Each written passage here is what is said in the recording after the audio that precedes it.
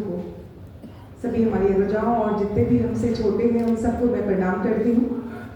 आज जिनकी स्मृति में इस कार्यक्रम का आयोजन हुआ है उनके बारे में कुछ भी कहा जाए वो सूर्य को दीपक दिखाने के तुल्य है।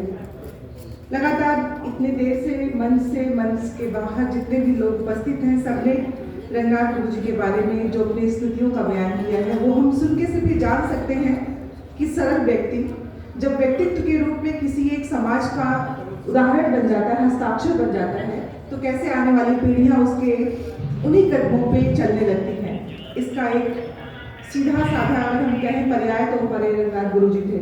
तो मैं चाहूंगी एक बार जोरदार तालियों से हम वो शंखनाद करें, उन तक वो आवाज पहुंचे कि आज भी उनके उसी पद चिन्हों पे हम चल रहे हैं और हम चाहते हैं कि उनके किए गए कार्यों को हम आगे ले आ सकें। इस आयोजन में उनके सुपुत्र हैं, लेकिन मंच पे जितने विशिष्ट हैं उनके साथ एक नाम मैं आज आप लोगों के सामने जरूर लेना चाहूंगी, योगेश भैया का। कहते हैं कि मंच के पीछे खड़ा व्यक्ति जो सब कुछ समेट लेता है लेकिन अपने बारे में न किसी को कुछ कहने देते हैं, न चाहते हैं कोई उनके बारे में कहे। लेकिन अगर वो उनके शिष्य हैं जिनकी हम चर्चा कर रहे हैं, जिनकी हम बात कर रहे हैं, तो शिष्यत्व क्या होता है और कैसे लोगों को मिलता है, इसका एक सीधा सरल सच्चा उदाहरण योगेश गुप्त जी हैं, डॉक्टर योगेश गुप्त जी।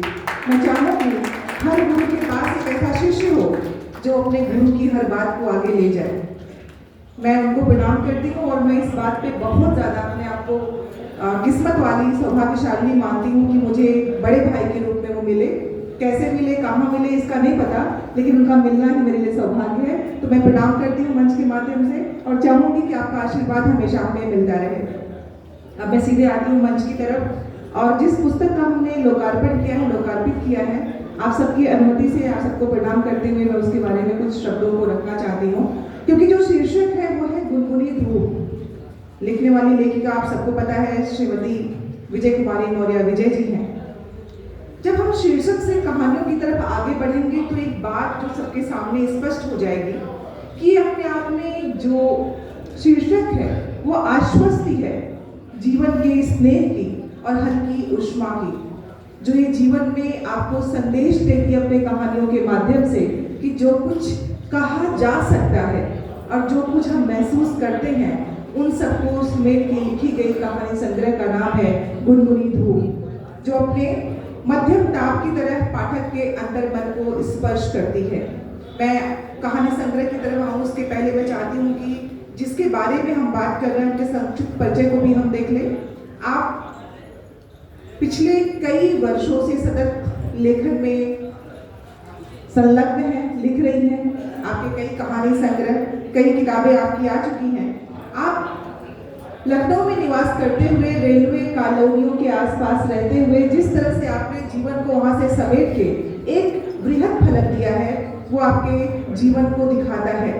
आपने हमेशा शब्दों के माध्यम से भावों को प्रेरित करने की जो कोशिश की है उसके लिए न जाने कितने सम्मान विभिन्न आयोजनों में आपको प्राप्त हुए हैं। उन सम्मानों की इतनी विशाल श्रृंखला है कि अगर मैं उसको पूरा पढ़ने पे आऊँ तो 10 मिनट चाहिए उसके लिए। तो मैं मान लेती हूँ कि किताब में लिखे हुए समस्त सूचनाएं हम देखेंगे, पढ़ेंगे।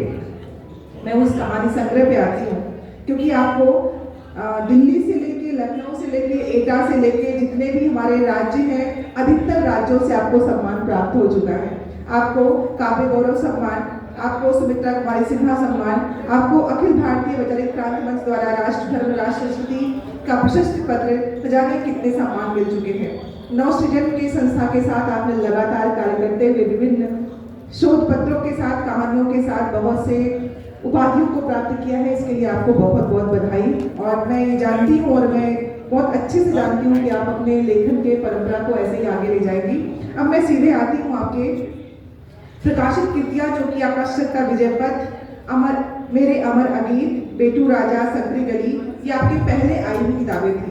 आज जो लोकार्पित हुई है उसका नाम है गुनगुनी धूप। इस कहानी संग्रह में न तो आपको तीखी धूप की चुभन मिलेगी, न अंधेरे की ठंडक, बल्कि एक संतुलित संवेदना का एक बृहद फलक आपको देखने को मिलेगा, जिसमें पाठकों को उस मानवीय दृष्टि से जोड़ने का प्रयास किया गया है जहां पे हम स्त्री होने के नाते उन सूक्ष्म दृश्यों को देख पाते हैं।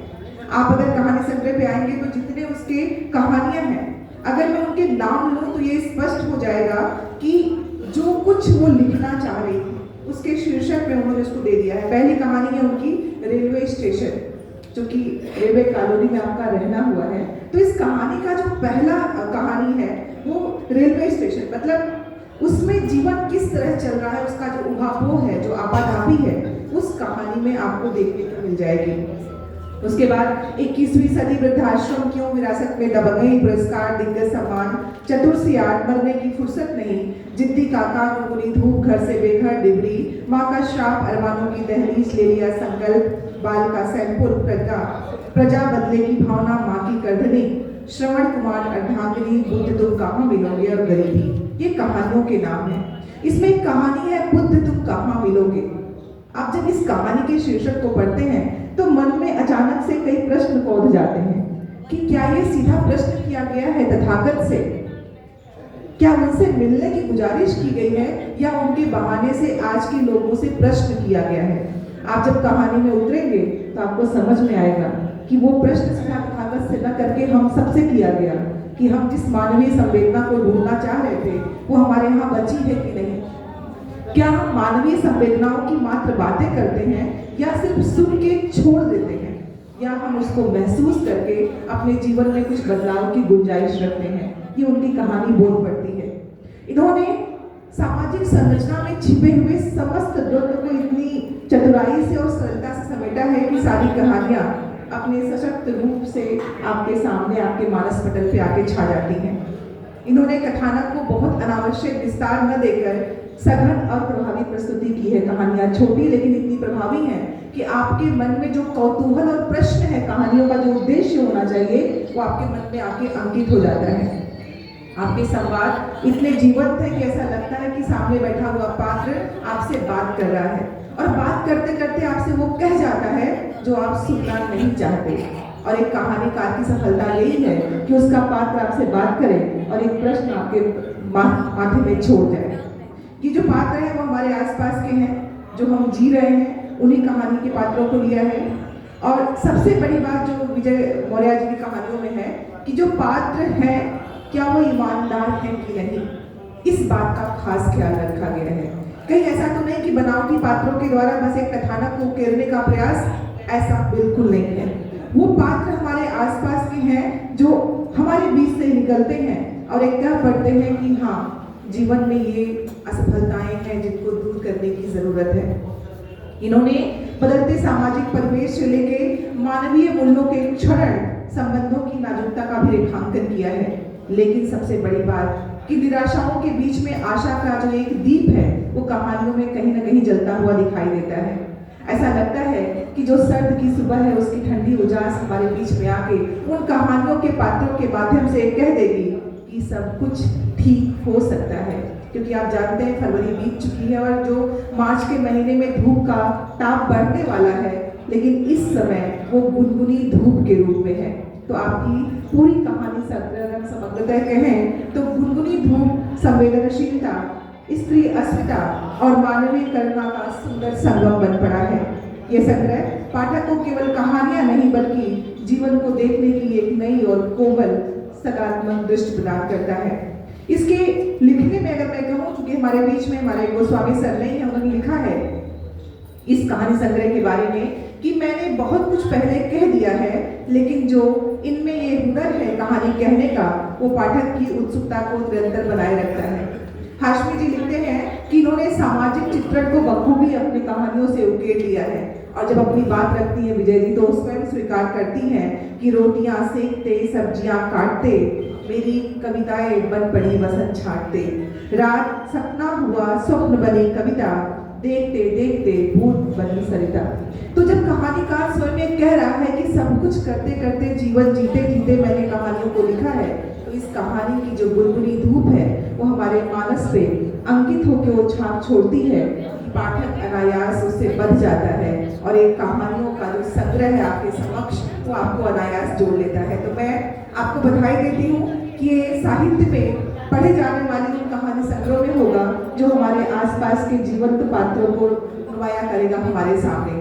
एक बार जरा तालियां हमारे लेखिका कहानीकार आदरणीय विजय कुमारी मौर्य विजय के लिए, जिनकी गुनगुनी धूप की उजास हमारे मन मस्तिष्क पे जिस तरह पड़ रहा है, पढ़ने के बाद भी वैसा होगा, ये भगवान से मेरी मनोकामना है। और मैं चाहती हूँ कि साहित्य का वो आशीर्वाद आपको मिलता रहे। बहुत बहुत आभार, धन्यवाद। या